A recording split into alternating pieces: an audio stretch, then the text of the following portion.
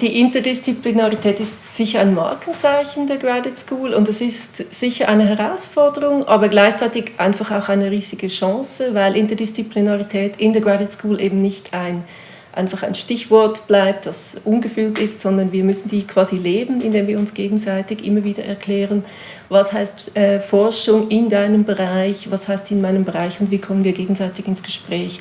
Und insofern ist es auch eine sehr gute Grundlagenausbildung im Feld der Interdisziplinarität.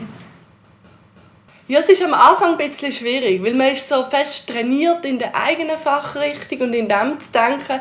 Und man muss sich recht darauf einlassen, um zu sagen, das funktioniert jetzt in diesem Fall dort anders. Und zum Teil auch braucht man genau die gleichen Wörter, aber in verschiedenen Disziplinen meint es doch ein bisschen etwas anderes.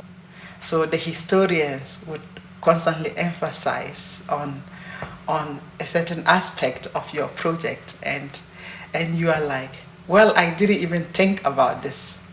Und ich finde es extrem spannend, was andere Personen machen auch und was da für andere Forschungsprojekte im Programm sind. Und oft habe ich von Sachen gar keine Ahnung und sitze einfach nur drin, finde es aber extrem spannend und gehe danach immer raus und das Gefühl, ganz viel Neues gelernt. Und gleichzeitig ist damit auch etwas verbunden wie eine allgemeine kritische Auseinandersetzung mit der Wissensproduktion und mit der Wissenschaft an sich, weil ja jede Teilnehmerin, die dabei ist, sich selber in Frage stellen muss und die eigene Methode in Frage stellt und dann zwangsläufig fast dazu kommt, darüber nachzudenken, was wir hier eigentlich tun und was eigentlich passiert, wenn wir wissenschaftlich arbeiten. Und ich finde, das ist so ein super gutes Mittel gegen so disziplinäre Arroganz, weil es einfach eben diesen Blick nochmal auffächert und sagt so, das gibt's alles, diese Disziplinen und die haben alle ihre eigenen Perspektiven, die extrem wichtig und wertvoll sind und ich sitze da jetzt nicht in meiner Disziplin und habe da irgendwie die Hoheit auf, so funktioniert das richtig und ich weiß das alles.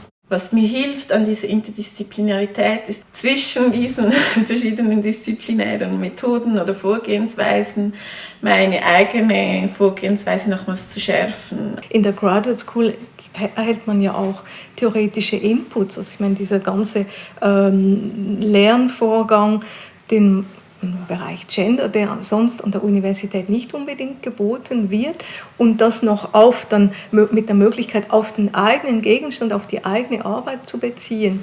Ich denke, das ist eine ganz wichtige Erfahrung. Also die Interdisziplinarität ist eigentlich unsere ständige Begleiterin, sowohl am IZFG als auch in der Graduate School. Das ist eine ständige Arbeit, die wir leisten müssen, damit wir einander verstehen, also sich einander verständlich machen, einander zuhören.